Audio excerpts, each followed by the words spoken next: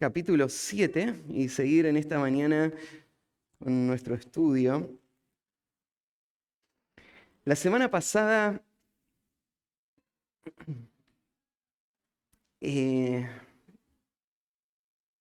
arrancamos una nueva parte del Sermón del Monte, donde Jesús se está enfocando en cómo se viven las relaciones en la vida del reino. Cómo que sus discípulos van a mostrar relaciones que son distintas a la del resto del mundo. Y Jesús podría haber hablado de muchos temas que afectan a las relaciones, pero puso su dedo en uno de los temas más importantes para tener relaciones sanas. Y Jesús dio una orden y fue que no juzguemos. Y la semana pasada en el estudio estuvimos pensando en este tema del juicio que somos tan propensos a hacer con otros creyentes y de cuánto eso afecta nuestro propio corazón y las relaciones. Porque cuando estamos pensando en los demás, no podemos enfocar nuestra atención en donde debería estar puesta, y es en nuestra propia lucha con el pecado. Y si estamos pensando en otros y no estamos mirando nuestro propio corazón, no vamos a poder ser útiles para ayudar a otros tampoco, porque no vamos a ver bien, no vamos a entender el corazón, no vamos a entender el pecado suficiente como para poder guiar a otro a cómo vencerlo. El juicio se convierte no en un acto de amor, sino en un acto de orgullo, en un acto que termina causando divisiones y destruyendo la vida de la iglesia. Entonces Jesús prohibió esta clase de juicio, prohibió esta actitud. Pero eso no quiere decir que en la iglesia no tenemos una visión clara de lo que está bien y lo que está mal. No es que la iglesia, por no caer en este peligro de juzgarnos de forma pecaminosa, va a dar un paso atrás y dejar que cada uno viva como quiera vivir sin meterse en la vida de otros. A veces parecería el camino más fácil, ¿no? Decir, bueno, cada uno va a rendir cuenta a Dios, así que yo estoy limpio, libre de lo que pase con esta persona, yo me ocupo de mi vida y que los demás se fijen cómo quieren vivir. Y hay muchos que piensan que les gustaría vivir de esta manera, ¿no? Pensar, bueno, que nadie se meta en mi vida, que nadie me señale nada, porque yo voy a rendir cuenta a Dios, así que vos hacés lo tuyo y yo lo mío. Pero Jesús no abrió la puerta para que eso pase, porque eso tampoco sería amor. Porque si vemos a nuestro hermano con una paja en el ojo, eso va a afectar su vida. Y por amor a nuestro hermano, vamos a luchar con nuestro pecado, vamos a vivir una vida de santidad y vamos a servir a nuestro hermano, no desde la posición de un juez, sino de la posición de un compañero de batalla, desde la posición de un hermano, un compañero de peregrinación, en que vamos a ayudar a otros a luchar con el pecado. Y en ese camino de ayudar a otros, nos vamos a encontrar con personas que no quieren recibir la corrección. Personas que no quieren abandonar el pecado, no quieren escuchar la palabra de Dios y terminan manifestando más bien que ellos no deben recibir más verdad. Porque la verdad que nosotros estamos dando es algo muy valioso. Y cuando alguien la pisotea, entonces tenemos que entender que el Señor no nos ha llamado a darle a todos el mismo acceso a la verdad, sino que el acceso va a depender de cómo esta persona está respondiendo a ella. Y Jesús nos enseñó a cómo evaluar eso y cómo tomar esta decisión drástica de no dar las perlas a los cerdos, de no darle la riqueza de las Escrituras a personas que van a después no solamente menospreciar eso y pisotearlo, sino que se van a levantar contra nuestro y perseguirnos y destruirnos. Entonces, esto de las relaciones es una situación muy difícil de manejar, ¿no? Aún la semana pasada cuando la estábamos estudiando, vos sentías esta presión de saber de que tenés una responsabilidad a tus hermanos, para con tus hermanos, pero saber de que tenés que administrar bien lo que vas a hacer con ellos. Y de que hay momentos donde tenés que intervenir y momentos donde no tenés que intervenir. Momentos donde tenés que seguir enseñando y momentos donde tenés que dar un paso atrás y dejar que vayan a la destrucción ciegos guías de ciegos. Y cuando terminó, aún charlando en la mesa, alguien me preguntaba, ¿y cómo sabemos distinguirlo? ¿Cómo entender cuándo llegó ese momento y debemos tomar esa decisión radical? Tal vez a vos se te vino eso también a la mente. O se te vino a la mente, sí, Matías, vos me decís que yo tengo que ayudar a mi hermano y sacar la paja de su ojo, pero no me siento capaz. Me cuesta lidiar con mi propio pecado. No sé si algún día voy a estar en condiciones de ayudar a otros. No sé si yo conozco suficiente de la escritura o de la situación de él como para ser de alguna utilidad. Entonces, si vos te sentiste así después de la predicación de la semana pasada, eso es lo que había que sentir. Porque evidentemente Jesús anticipó que sus discípulos iban a sentirse de esta manera y esto es lo que les llevó a lo que va a decir en el próximo pasaje. Cuando vos lo lees sin conexión con lo anterior y sin ir siguiendo el hilo, te parece que Jesús de nuevo va a decir algo que no tiene nada que ver con nada. Porque va a empezar a hablar de la oración, Jesús. Una vez más, ya habló de la oración antes en el sermón y ahora de nuevo va a hablar de la oración. Y cuando termine la oración va a darnos un texto ahí en el versículo 12 que también es muy conocido, que tiene que ver de nuevo con las relaciones. Y te preguntas, ¿qué está haciendo Jesús? ¿Qué conexión tienen todas estas cosas? Y la verdad es que toda esta sección, del versículo 1 hasta el versículo 12 que estamos estudiando ahora, todo tiene que ver con el mismo tema de las relaciones. Y la lógica sería esta. Después de haber escuchado lo importante que es tener la actitud correcta hacia mis hermanos, y en vez de verles hacia abajo con una actitud de juicio, lo que tengo que hacer es ponerme a su lado y luchar junto con él, enfrentar mi propio pecado y servirlo a él.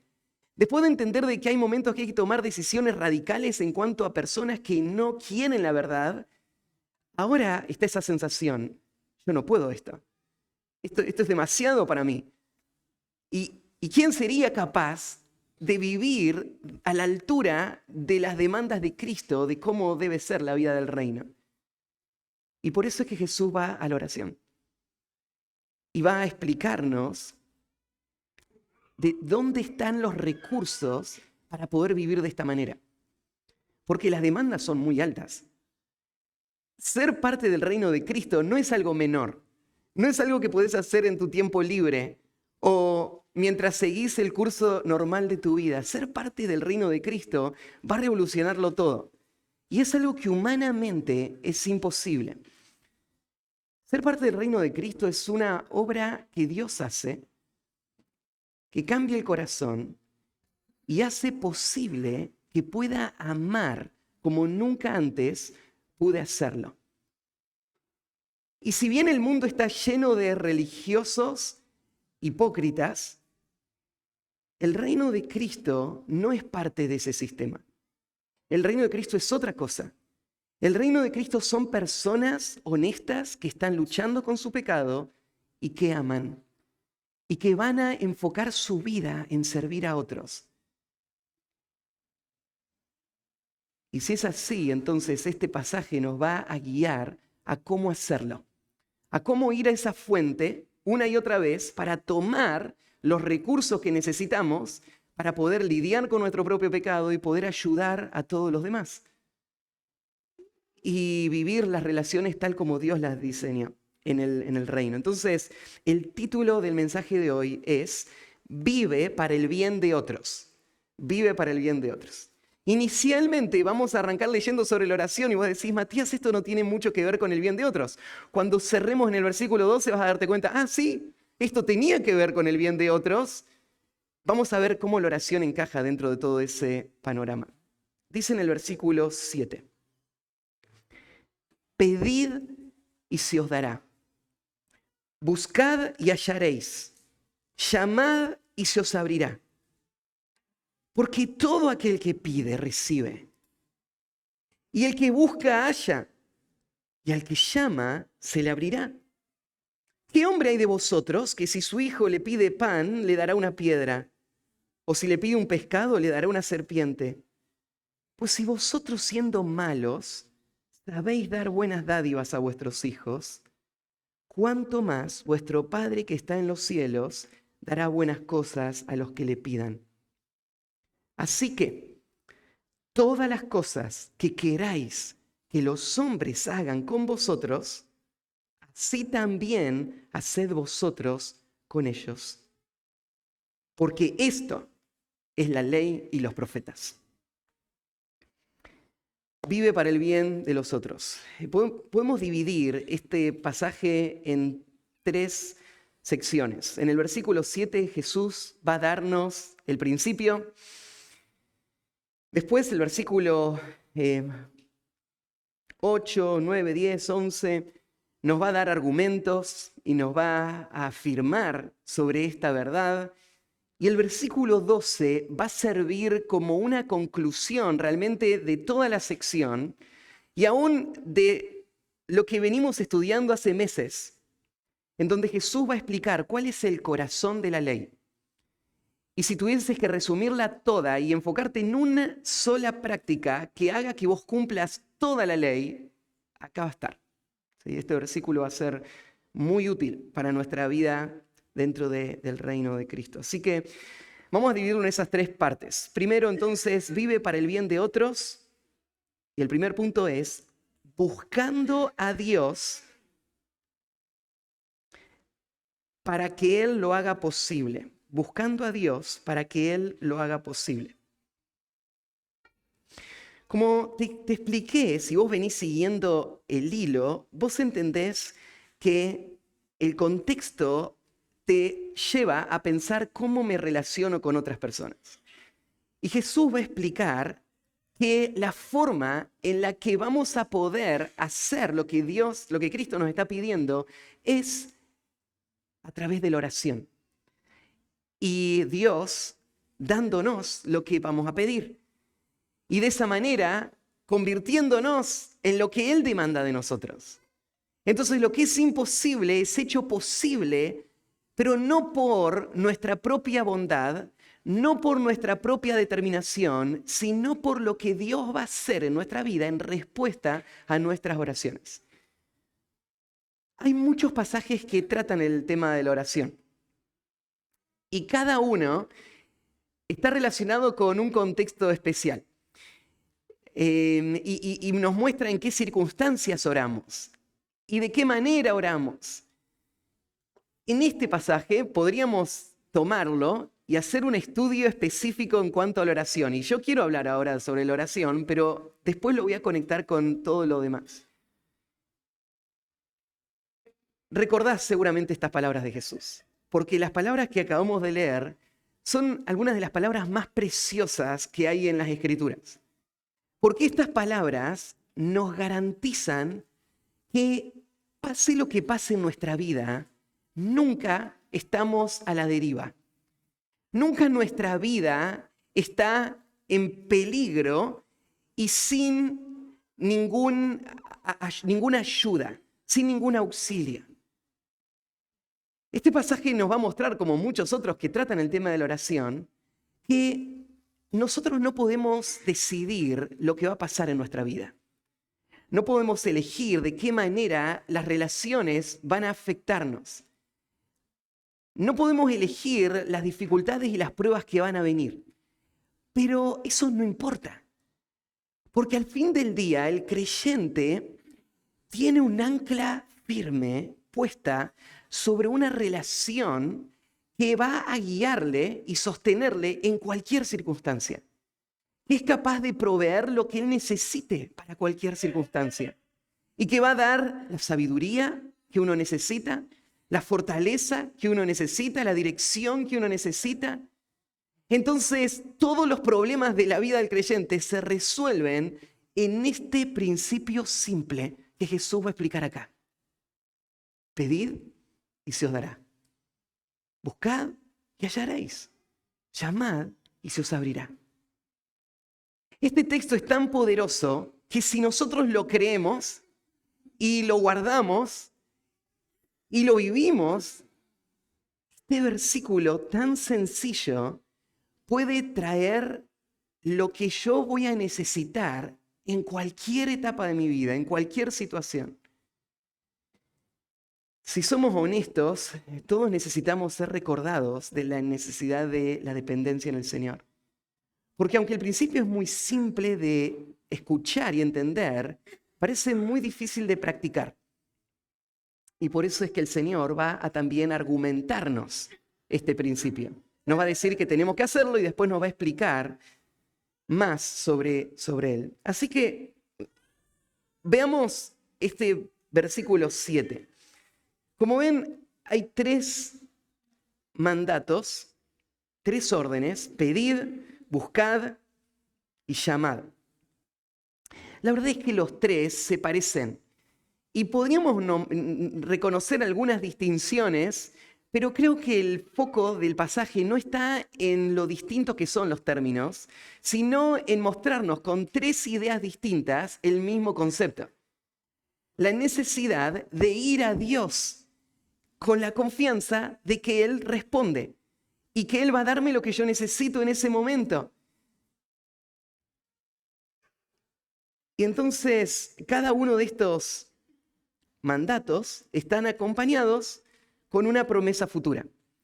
Y el mandato está en el tiempo presente, este es el ahora.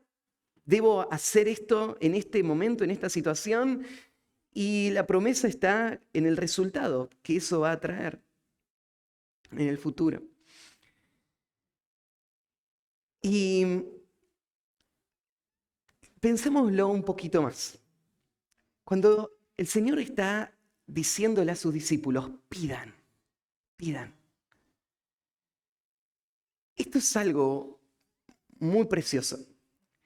La realidad de que tengamos acceso a un Dios todopoderoso que está esperando que nosotros llevemos nuestras cargas a Él, que está esperando que nosotros pidamos. ¿Te acordás de esa escena cuando Salomón asume el reino y Dios le va a decir algo similar?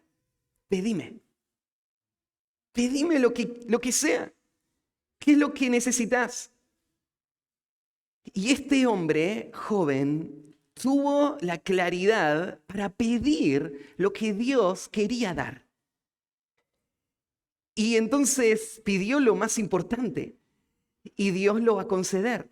Y le pidió la sabiduría que le hizo el rey más sabio de este mundo. Y a través de esa sabiduría él fue capaz de cumplir lo que Dios le dio, de pastorear y dirigir esta nación que él se sentía totalmente incapaz de hacerlo. Y te imaginas una situación similar. Esta mañana el Señor está delante tuyo diciendo estas mismas palabras. Pedí. Claro, cuando entendemos que Dios nos llama a pedir, sabemos que esto no es como el genio de la lámpara, donde va a aparecer, ¿no es cierto? Y yo voy a decir cualquier cosa que quiera y el genio me la va a dar. Porque hay muchos otros pasajes que se complementan para ayudarnos a entender de qué manera Dios espera que le pidamos a Él. Entonces, por ejemplo, ahí en Santiago 1, 6 al 7, dice que tenemos que pedir, pero tenemos que pedir con fe, sin dudar nada, porque si dudamos, no vamos a recibir nada del Señor. Entonces, claro, acá el Señor dice, pidan. Pero claro, atrás de ese pidan está este concepto, esta actitud que el creyente tiene que tener. Tiene que reconocer a quién le está hablando y tiene que confiar en el Dios que va a dar lo que él está pidiendo. Esto no se trata de pensamiento positivo y manipular a Dios con mis palabras y decir a Dios lo que sea sabiendo de que Él lo va a hacer como si mis palabras tuvieran el poder para hacerlo, sino que tienen que ver con mi confianza en el carácter de Dios. que hace que yo pueda saber que Dios escucha y responde. Y esa fe es parte de esto, ¿no? Ahí en Mateo 21, 22 dice algo parecido también. Cuando Jesús le promete a sus discípulos que si ellos oran y tienen fe, entonces no hay nada imposible. Le pueden decir a un monte que se quite y se eche en el mar y va a ser hecho. Y todo lo que pidáis en oración, creyendo, lo recibiréis. Entonces, pedid, lo dice el Señor, sin explicarnos mucho de este pedido. Otros textos nos explican más. Esta es la actitud que acompaña a este pedido. Ahí en Primera de Juan 5, 14 a 15, también nos da otra pieza importante para entender estos pedidos. Porque 1 Juan 5 dice que esta es la confianza que tenemos nosotros en Él. Que si pedimos alguna cosa conforme a su voluntad, Él nos oye. Y si Él nos oye, si sabemos que Él nos oye, entonces sabemos que tenemos las cosas que le pedimos.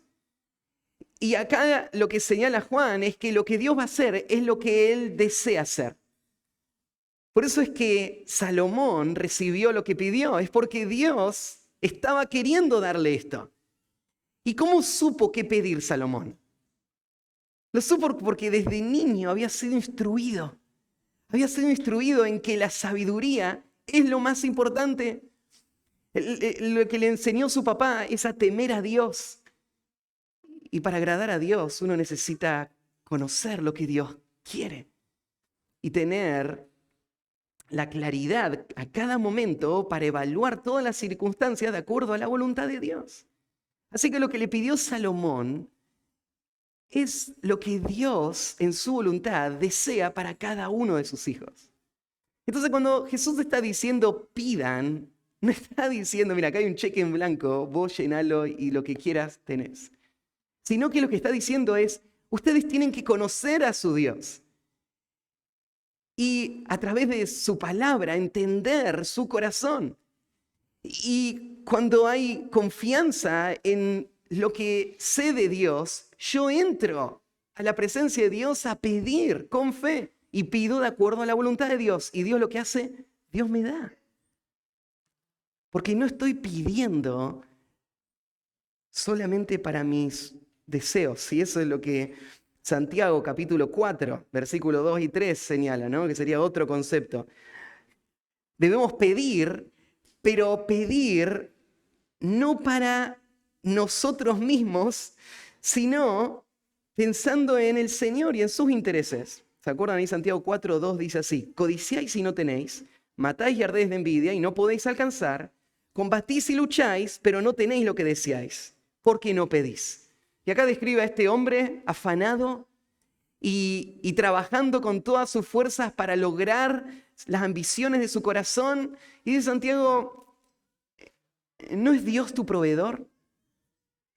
¿No crees que Él da generosamente a todos sus hijos? Entonces, en vez de turbarte, pedí.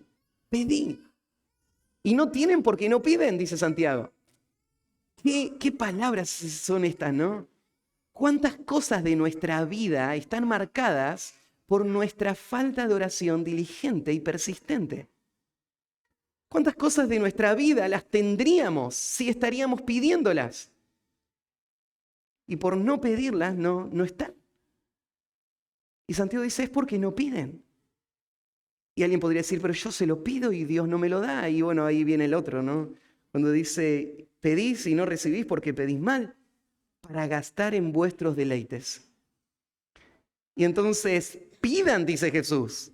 Claro, atrás de ese pidan está, pidan con fe, pidan de acuerdo a la voluntad de Dios, pidan para los propósitos de Dios, pidan para su gloria. Él no es tu siervo, vos sos el suyo. La oración no es el camino para forzar a Dios a mi voluntad, sino que es la herramienta que Dios usa para cumplir su voluntad a través de mi oración. Entonces yo digo, hágase tu voluntad. Tu nombre es lo importante. Bueno, hay muchos textos más que nos llenan de sentido estas palabras de Jesús. Pero en este pasaje, fíjate que Jesús hace un énfasis claro en la simplicidad de esta oración. Porque Él no se pone a explicarnos toda la teología de la oración. No se pone a explicar de nuevo cómo hay que orar, qué palabras decir. No. Parece algo tan simple. Pedí con las palabras que salgan. En este pasaje que Jesús está tratando del tema de la oración, se resalta ese aspecto de la simplicidad de una persona que se ve necesitada, se ve cargada, se ve desorientada y lo que hace es pedir con la simpleza de un niño que se lo pide a su papá. Y por eso no hay desarrollo, es bien simple y directo. Pidan y se os dará.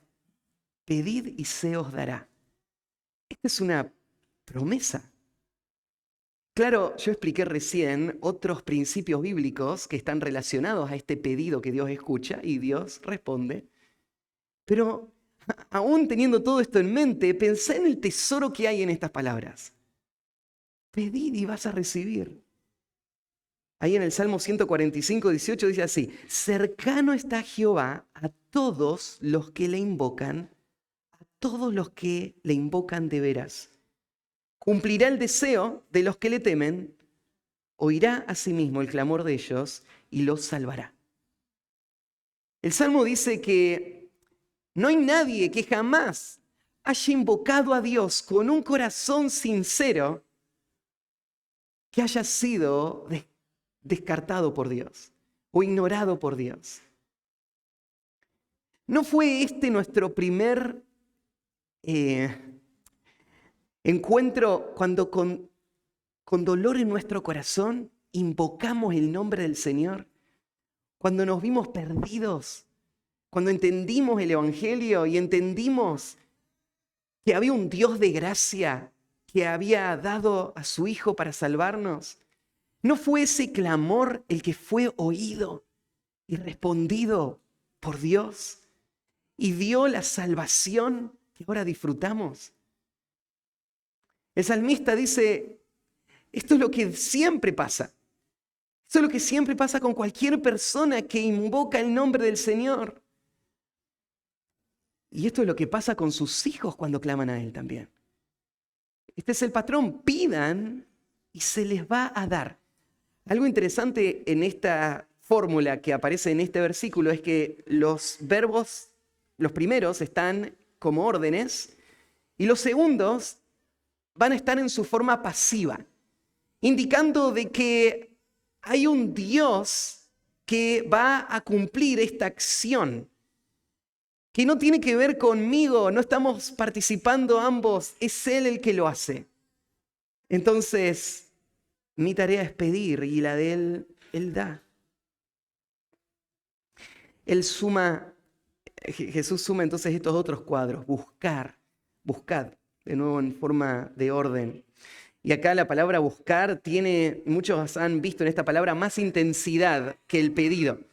Y es verdad, la palabra buscar da la idea, ¿no es cierto?, de una forma meticulosa y con mucha vehemencia, estar queriendo encontrar algo.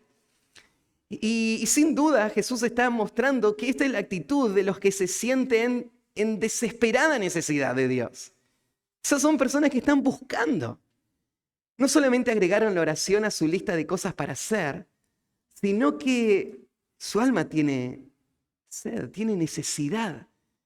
Y entonces viene al Señor con sus cargas, con sus pedidos, y busca con insistencia,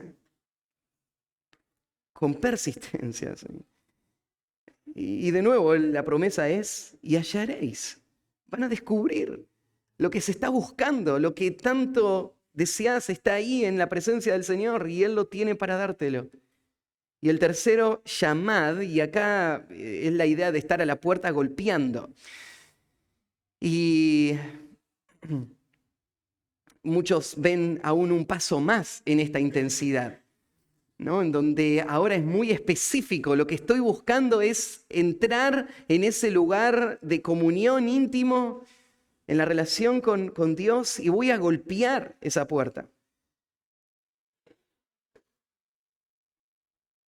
Ahí en Lucas 13, Jesús dijo, bueno, alguien le preguntó al Señor, ¿son pocos los que se salvan? Y Él les dijo, esforzaos a entrar por la puerta angosta, porque os digo que muchos procurarán entrar y no podrán.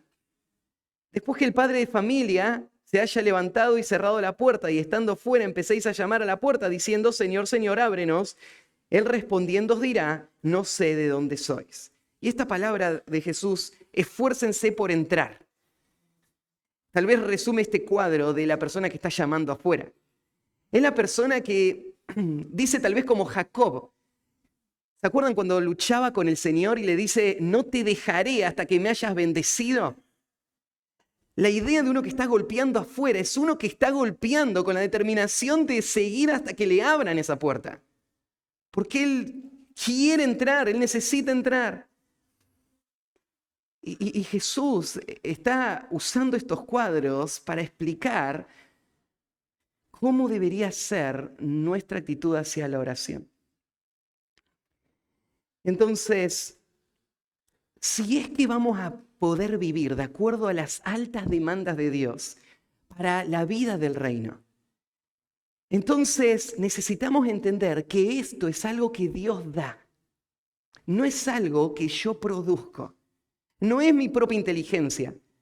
No es que yo entiendo a las personas y las relaciones y yo voy a saber exactamente qué decir, cuándo decir, cómo hacerlo, cómo determinar en qué momento ya es suficiente y debo entregar a esta persona a Satanás. No, no lo voy a saber. Por eso es que necesito orar.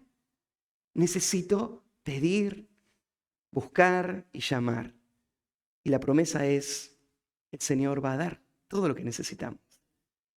Cada momento de nuestra vida en este peregrinaje.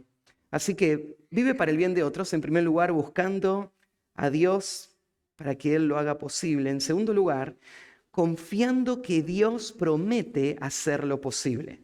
Confiando que Dios promete hacer lo posible. El versículo 8 lo que va a hacer es simplemente reafirmar lo que dijo después de cada uno de estos mandatos. Cuando dice que vas a recibir.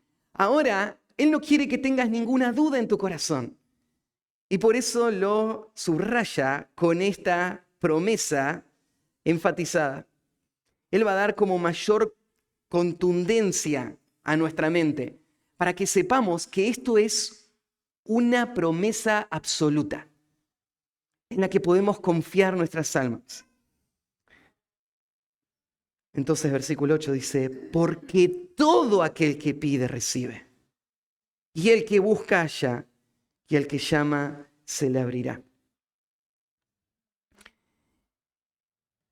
Usa los mismos tres conceptos, pero agrega esta expresión, todo aquel que pide. ¿Te das cuenta que no hay diferencia? No tiene importancia qué tan lejos estás, qué tan bajo has caído, cuán limitada es tu vida espiritual, cuán frágil es tu mente, tu corazón, cuánto pecado ha estado afectando tu vida. Todo aquel que pide, recibe.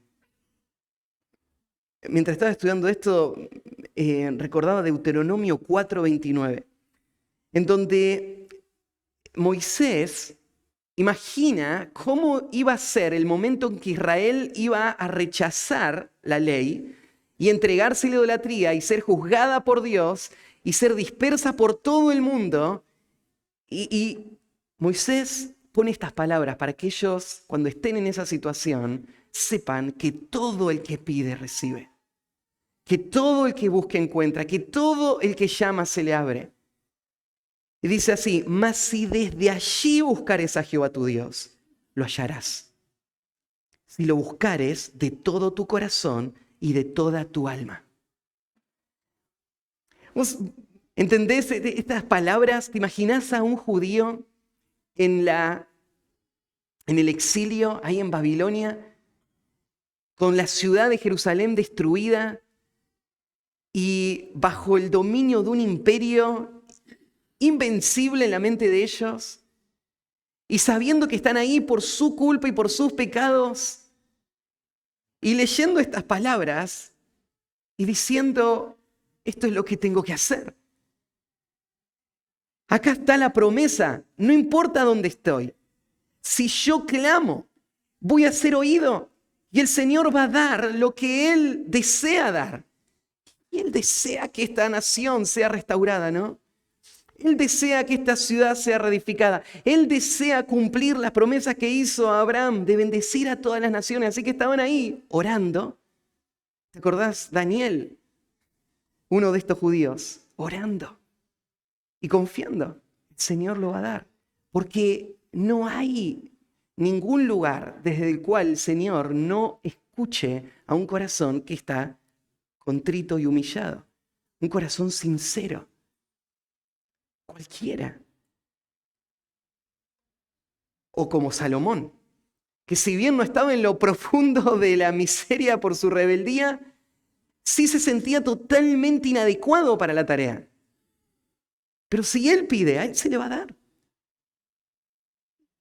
Todo el que pide recibe. No sé si en tu mente tal vez puedes recorrer las páginas de los evangelios y recordar cuántas veces este principio se vio reflejado en el ministerio de Cristo. Todo el que pide recibe. Yo me acuerdo de la historia de una mujer sirofenicia que no era parte de la nación de Israel, pero ella escuchó de Jesús y vino hasta donde estaba Jesús para pedir a Jesús. Y le pedía por su hija, que estaba gravemente atormentada por una enfermedad. Y Jesús inicialmente le dice: no puedo hacerlo, porque yo fui enviado a las ovejas perdidas de Israel. Pero ella insistía. Y Jesús le dice: no está bien tomar el pan de los hijos y dárselo a los perritos. Y ella entonces le dice: pero Señor, aún los perritos comen las migajas que caen de la mesa del amo. Y Jesús se asombra. Y dice: ni en Israel he visto tanta fe. Esta mujer entiende este principio. Todo el que pide recibe. Entonces no se iba a ir sin tener lo que estaba pidiendo. Confiaba que el Señor lo iba a hacer, que Él lo podía hacer. Y entonces va a pedir. Y no solo pedir, va a buscar, insistir. Y va a golpear hasta que le abran. Y no es que el Señor no lo quería hacer, solamente que Él demostró en esa interacción lo que hace falta para que Él responda. Él estaba esperando ese pedido fervoroso. Y no nos da confianza escuchar estas palabras también. No sé en qué situación estás. ¿Cuántas veces te sentís totalmente confundido? ¿Te sentís incapaz? ¿Te sentís indigno? Y escuchar estas palabras: todo el que pide, recibe. Pedí. Todo el que busca, halla. Todo el que llama, se le va a abrir. Estas promesas son, en un sentido, tienen un carácter amplio. Pero de nuevo, hay que ser cuidadoso con este principio. Porque están dichas estas palabras en el contexto del Sermón del Monte, en donde Jesús está explicando las pautas para su reino. Y entonces, todo el que pida está condicionado a el corazón que Él va a escuchar pidiendo. ¿Por qué no pedimos de esta manera? ¿por qué no solemos estar delante del Señor con esta actitud, como la de esta mujer, en medio de nuestras situaciones diarias o en las cosas que más cargan nuestro corazón? Bueno, es que para pedir de esta manera, lo que necesitamos es reconocer nuestra necesidad. ¿Por qué pedirías si no crees necesitar nada? Naturalmente, nosotros entendemos que pide el que necesita. Entonces hay algo que debo ver primero en mi propia vida y es la debilidad. Lo que nos lleva a no pedir es que nos sentimos autosuficientes.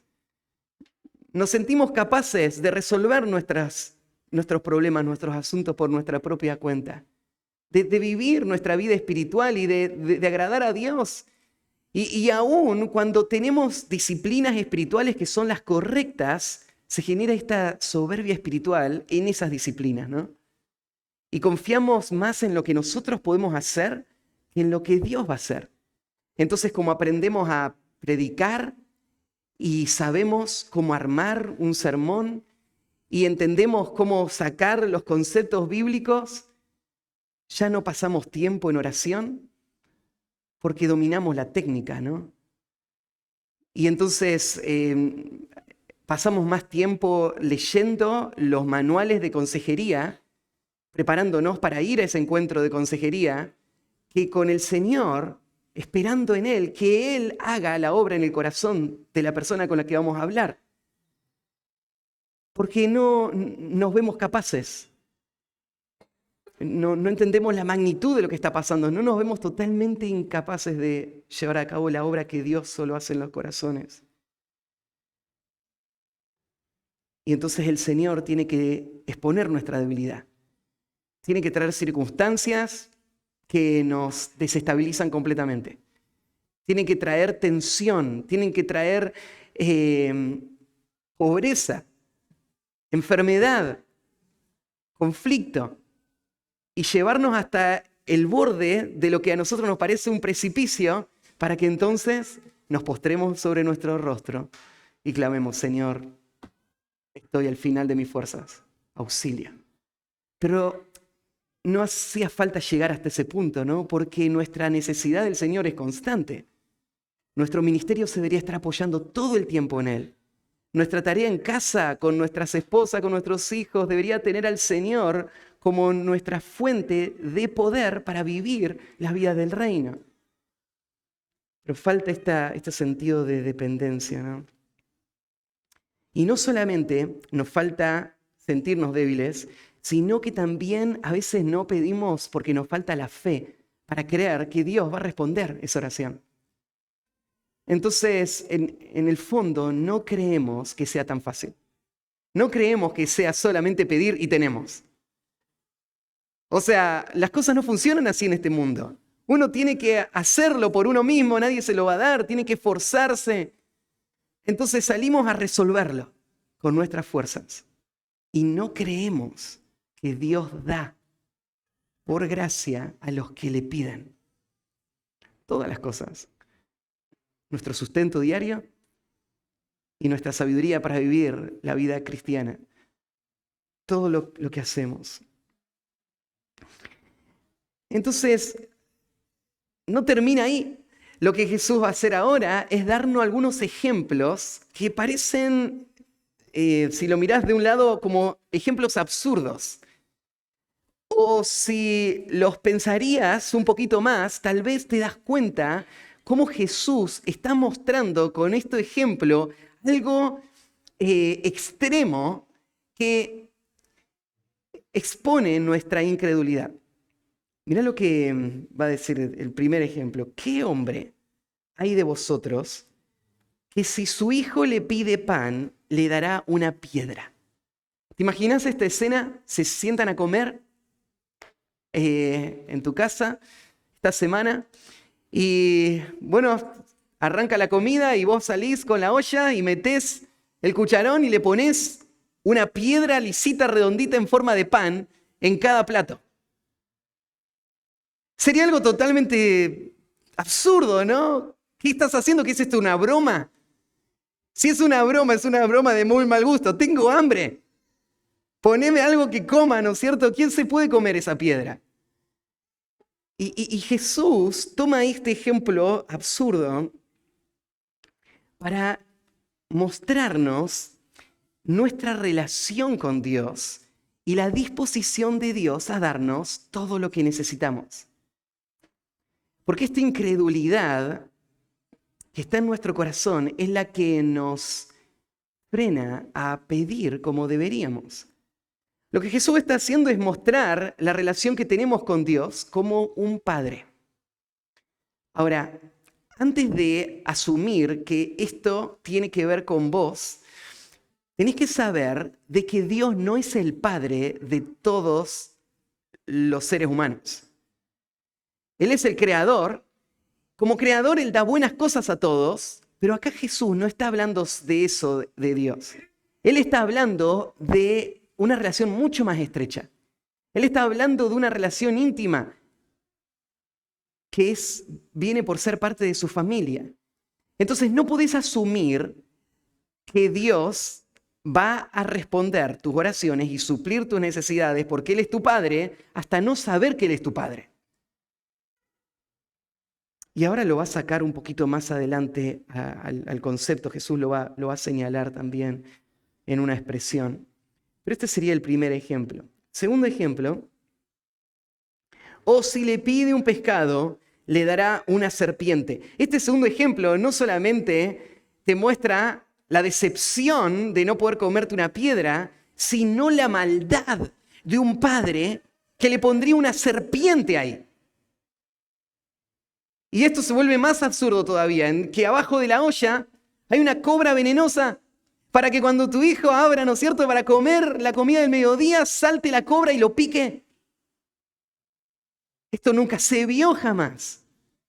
Pero aunque no lo hemos visto nunca en este mundo, sí este mismo concepto circula en nuestra mente en relación a Dios. Porque aunque Dios es un padre mucho más bueno que cualquier padre en este mundo, a veces pensamos que Él no nos daría lo que necesitamos.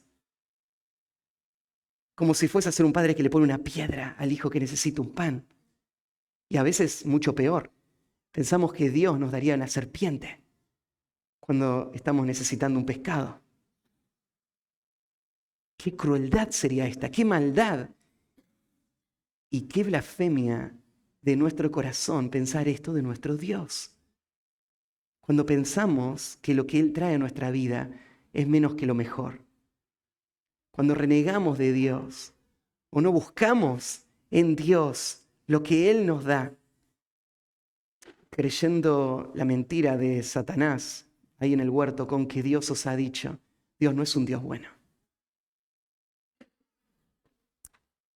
Pero ¿qué padre lo haría? Ahí en Lucas agrega también otro ejemplo más, ¿no es cierto? Y dice también quien que le pida un huevo le va a dar un escorpión, ahí en Lucas 11:12, que sería el pasaje paralelo a este. Y entonces habría un tercer ejemplo, sería el ejemplo del huevo y el escorpión. De nuevo, un escorpión. Y acá viene la aplicación del versículo 11. Pues, y esta aplicación entonces comienza con una conclusión lógica. Si aquello es así, ahora entonces quiero que pienses en esto otro. Y toma algo pequeño y lo proyecta hacia lo realmente trascendente. Porque lo importante no es los padres y los hijos en este mundo, sino lo importante es nuestra relación con Dios y cómo la entendemos. Entonces toma lo pequeño y lo proyecta hacia lo grande, mostrándonos cómo deberíamos pensar de nuestra relación con Dios. Entonces, por lo tanto, si vosotros, siendo malos, sabéis dar buenas dádivas a vuestros hijos. El Señor no se guarda nada, ¿no? ¿Viste lo que está diciendo acá? Jesús no dice, ustedes hacen cosas malas. Ustedes son malos. nota que Jesús no se asocia a este pronombre. Él usa el pronombre de segunda persona plural, no de primera persona plural. No dice porque somos malos. Y esto es hay una razón teológica muy importante. Es que Cristo está en una posición separada del resto de toda la humanidad en este punto. Porque Él no es malo junto con todos los demás, pero todos los demás están en el mismo paquete. Ese ustedes ahí se refiere a toda la humanidad. Ustedes son malos. Son malos desde la concepción. Son malos hasta el punto de que todo su ser está afectado por esta maldad.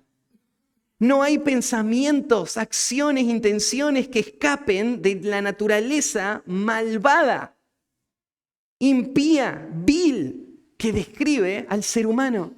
Todo pensamiento del corazón de ellos es de continuo solamente el mal. Y Jesús está resaltando este hecho. Y de acá, ¿no es cierto?, es donde yo les decía, ¿cómo podemos unir estas dos ideas? De que a quienes Jesús le está diciendo, ustedes son malos, también puedan decir, Dios es mi Padre. ¿Cómo llegué a estar ahí?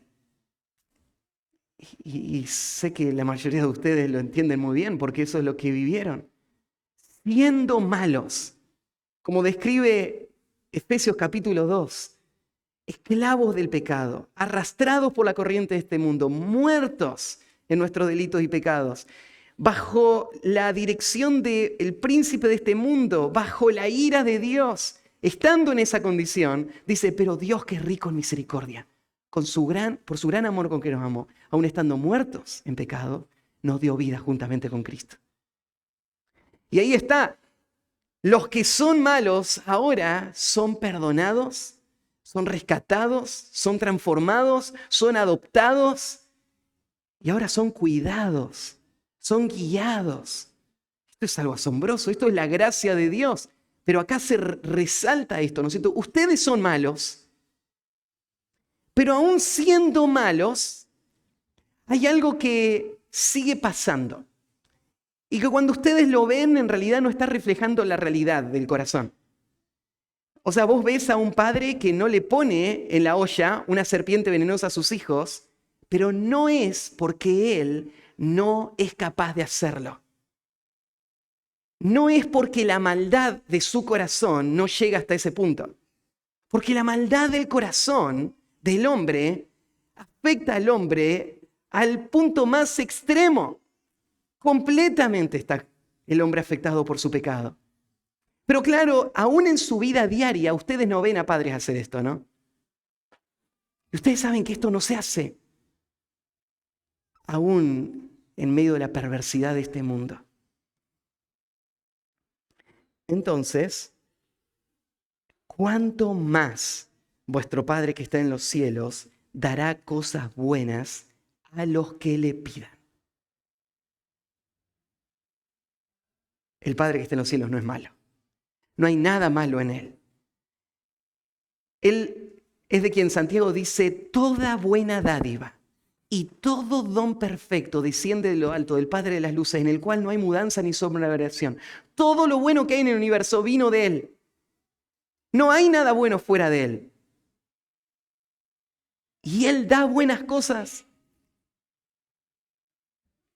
Él es el Dios bueno. Y Él usa esta expresión, Él va a dar buenas cosas a los que le pidan. Las palabras de Cristo son muy precisas. Fíjate que Jesús no dice, le va a dar todo lo que pidan. Él dice, le va a dar buenas cosas. ¿Qué son buenas cosas? Buenas cosas es todo lo que Dios considera bueno. ¿Y qué considera bueno Dios? Dios considera bueno todo lo que sirve para sus propósitos de redención. Él está pensando en el bien supremo de este mundo. Él está pensando en su gloria y en la salvación del impío. Eso es lo que Él está buscando. Todo lo demás. Cuando nosotros pensamos en qué es bueno, qué no es bueno, a veces somos como pequeños niños que pensaríamos Si fuese a ser bueno, o sea, si yo pudiese elegir, lo que elegiría sería esto. Y el papá piensa, pero eso no es bueno. Entonces, no sé, tus hijos te dicen, yo cuando sea grande me voy a comer todos los chocolates sin pedirle permiso a nadie. Y uno crece y se da cuenta, claro, ahora vos podrías comerte todos los chocolates, ¿no? Pero no es bueno comerte todos los chocolates. Voy a tomar gaseosa todos los días. Pero un padre sabio no le va a dar al hijo todo lo que él cree que es bueno. Porque no es bueno. No es bueno para él. Y cuando pensamos en Dios, tenemos que entender que sus pensamientos son más altos que los nuestros.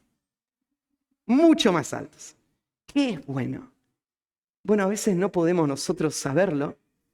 Claro que en el momento, la prueba, por ejemplo, no parece ser una causa de gozo, pero al final traen fruto de santidad, de crecimiento, de testimonio, de gloria para Dios, de progreso del Evangelio. Entonces, tenemos que dejar que Dios defina lo que es bueno. Y tenemos que confiar que Él da solo lo que es bueno. Y por eso cuando vamos a pedirle a Él, lo hacemos con esta actitud y esta dependencia. Y Él va a dar a todos los que le pidan todo lo bueno. ¿Creemos esto? Jesús nos está tratando de convencer, en un sentido argumentando, por qué es importante que oremos más, que dependamos más, que pidamos más, que pidamos correctamente, pero que confiemos que Dios siempre da todo lo que le pedimos de acuerdo a su voluntad, porque Él nos va a dar todo lo que es bueno. Y yo decía hace un momento, ¿cuántas cosas en nuestra vida no suceden porque no las pedimos? ¿Cuánta angustia cargamos? ¿Por qué no oramos? Hay un himno que lo resume bien. Oh, qué amigo nos es Cristo. Nuestras culpas Él llevó y nos manda que llevemos todo a Dios en oración. Somos tristes y agobiados y cargados de aflicción. Esto es porque no llevamos todo a Dios en oración. Si estás débil y oprimido, de cuidados y temor, Jesús, refugio eterno, dile todo en oración. Te desprecian tus amigos, cuéntale en oración. En sus brazos de amor tierno, paz tendrá tu corazón. Jesucristo es nuestro amigo. De esto pruebas nos mostró. Pues para llevar consigo al culpable se humanó. El castigo de su pueblo en su muerte Él sufrió. Cristo es el amigo eterno, solo en Él confío yo. Oremos más. Y el último versículo, yo dije, es el broche de oro a toda esta sección. Seguramente has escuchado hablar de este versículo, entonces hay cosas que tal vez no hagan falta alargarlas. Pero sí es importante que notes algunas cosas y a veces la familiarización te hace no ver lo obvio, lo que está ahí. Así que el versículo dice así, así que todas las cosas que queráis que los hombres hagan con vosotros, así también haced vosotros con ellos, porque esto es la ley y los profetas. Ese así que resulta ser la conclusión o la implicación lógica de todo lo que viene diciendo antes. Este versículo sigue la misma idea y es la idea de que tenemos que vivir para otros, sirviendo a otros, amando a otros. Y aunque no lo podemos hacer, vamos a esperar en el Señor, depender de Él y recibir de Él todo lo que necesitamos para poder hacerlo y poder vivir de acuerdo a este principio. Entonces, esto sería el resumen de todo lo anterior. Así que si te olvidas de todo, esto es lo que te tenés que acordar. Esta es una forma muy simple de enfocar toda tu mente y saber cómo cumplir con todas las expectativas de Dios para vos en tus relaciones con todos los demás. Así que es muy útil. La expresión de hacer a otros lo que querríamos que hagan con nosotros, notas que está basada en la idea del Antiguo Testamento de lo que Jesús llamó el segundo gran mandamiento, amar al prójimo como a ti mismo. Claro, el segundo gran mandamiento se construye del primer gran mandamiento. Yo amo a Dios con todo mi corazón, mente, alma y fuerzas, y entonces amo a mi prójimo como a mí mismo. Y esta idea de como a mí mismo es la que Jesús toma y la pone en otras palabras para hacerte entender qué significa amarle como a vos mismo. Las palabras que Jesús usa acá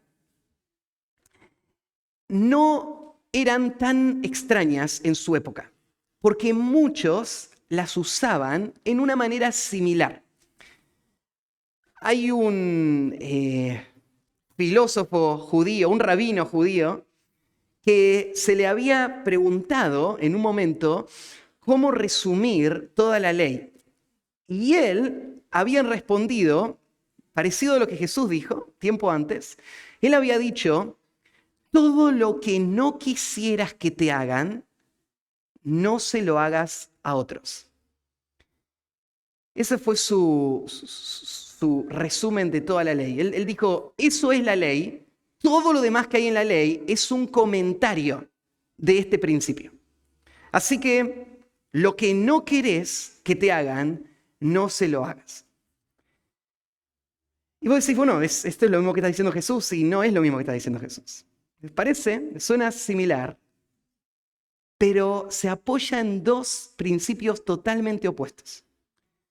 Porque pensé en el primer principio. El primero, el que dijo este rabino judío, está basado en el amor propio. Porque yo estoy pensando en esto. Como yo no quiero que me lo hagan, yo no se lo voy a hacer.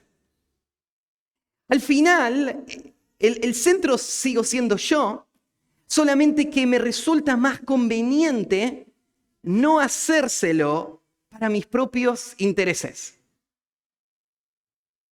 El mundo vive de acuerdo a este principio, todo el tiempo.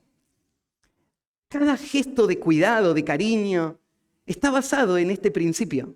No le hagas a otro lo que no te gustaría que te hagan a vos. Entonces,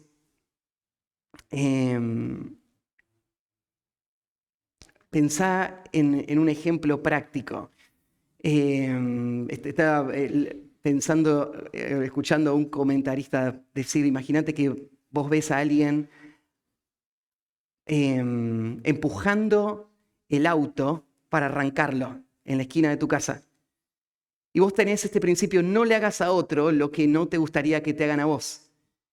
Y entonces, ¿qué te llevaría este principio? Bueno, te llevaría a que no te le pares al frente y lo frenes, ¿no es cierto?, de que él le empuje el auto. Claro, qué maldad sería esta, ¿no?, de ir en contra de tu prójimo. Vos no te gustaría que se te metan al frente justo cuando te estás empujando el auto. Pero lo que Jesús va a decir, no lo dice del aspecto, del concepto negativo, no hacer al otro, sino que él lo revierte por el concepto positivo. Y tiene que ver con hacer al otro lo que te gustaría que te hagan a vos. Entonces te llevaría como creyente a ponerte atrás o pensar primero, ¿qué me gustaría que otros hagan en estas circunstancias? Si yo estaría en esa situación. Y eso se convierte en la ley para vos. Y vos ahora estás obligado por el Señor a hacer exactamente eso que vos sabrías que te gustaría que otro haga por vos. Entonces te llevaría a ponerte atrás y empujar ese auto junto con la persona y ayudarlo a arrancarlo. Entonces, el concepto del mundo es no le hagas a otro lo que no te gustaría que te hagan a vos. Pero el concepto de Cristo es sumamente radical. Porque lo que te está diciendo es que vos tenés que vivir toda tu vida, en todo momento, con todas las personas, en toda circunstancia, con una actitud de amor, de entrega completo, en donde el parámetro para saber cómo amar va a ser cómo vos te amás a vos mismo. Lo que Jesús está diciendo no es que vos te tenés que amar a vos mismo para poder amar a otros, como dice la psicología barata de nuestro tiempo. Lo que Jesús está diciendo es que naturalmente el corazón caído tiende a buscar sus propios intereses. Entonces, si vos querés vivir una vida en el reino de Cristo, tal como Cristo la planeó, lo que tenés que hacer es revertir eso.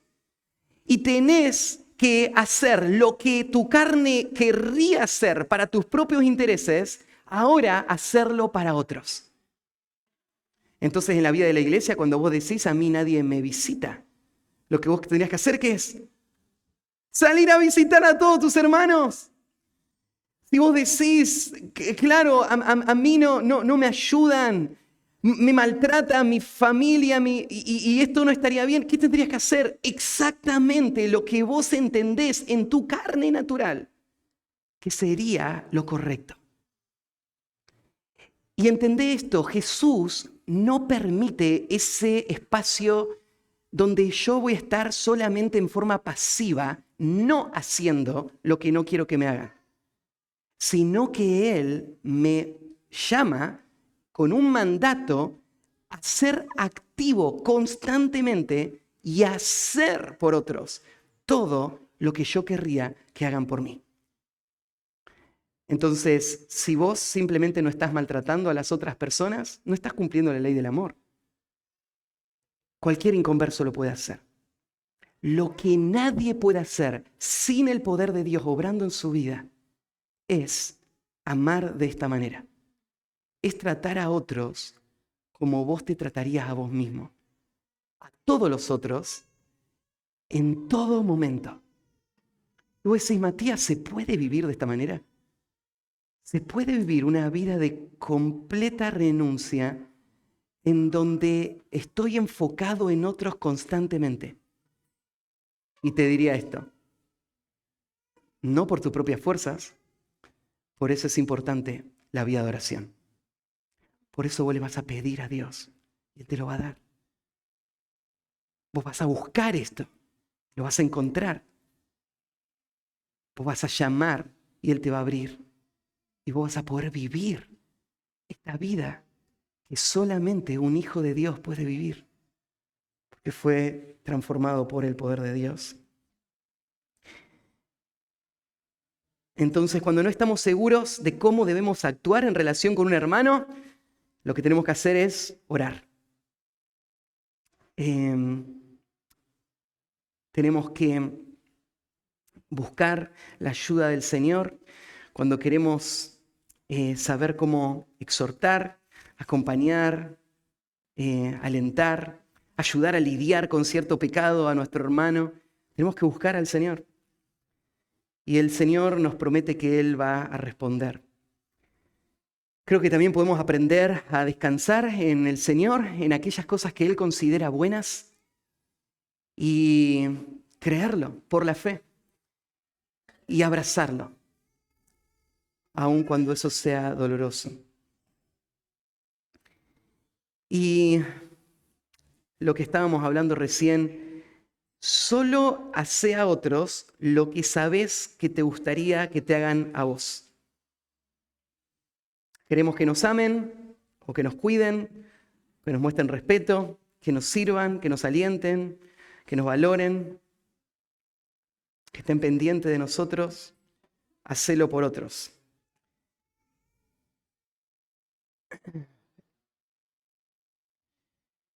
Si somos hijos de Dios, entonces tenemos estas promesas de parte de Él.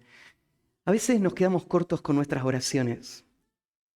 ¿Estarías dispuesto a orar a Dios oraciones de fe como las que Pablo oraba, por ejemplo, cuando él pensaba en las iglesias a quienes él escribía, como la que aparece, por ejemplo, en Efesios capítulo 3? Cuando él va pidiendo por esa iglesia todo ese camino de crecimiento hasta terminar pidiendo que sean llenos de toda la plenitud de la deidad.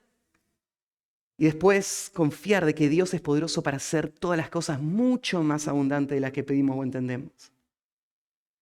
O has caído en la apatía, en el desánimo, en la incredulidad y solamente estás navegando tu vida con esa actitud mediocre en tu vida espiritual. Pedile al Señor que Él te haga un hombre como el que se describe en el Sermón del Monte? ¿Se lo pedirías? Señor, haz esto de mí. Sé que es lo que tú quieres hacer en mí. Y esto es lo que yo quiero que hagas en mí. Y sé que tú prometes darlo a los que te lo piden. Hazlo en mí. Señor, hazme sabio. Hazme sobrenaturalmente sabio. Para entender a mis hermanos, para amar a mis hermanos, para servir a mis hermanos. Señor, obra en mi vida y permíteme llevarte gloria a ti en este mundo. Que el Señor nos conceda poder responder en obediencia aún hoy. Oramos, cerramos. Padre, gracias por tu palabra, que es un espejo. Y, Señor, este espejo, en primer lugar, expone mi propio corazón. Y al estar parado acá, tú sabes que no hablo basado en mi justicia o en que pueda yo ser el modelo en todo lo que tú demandas. Veo tanto aún, Señor, por crecer. Y Señor, te pido que tú hagas esto en mi vida, que nos ayudes como iglesia a estirarnos, a crecer, a avanzar en esta vida tal como la describe el Sermón del Monte.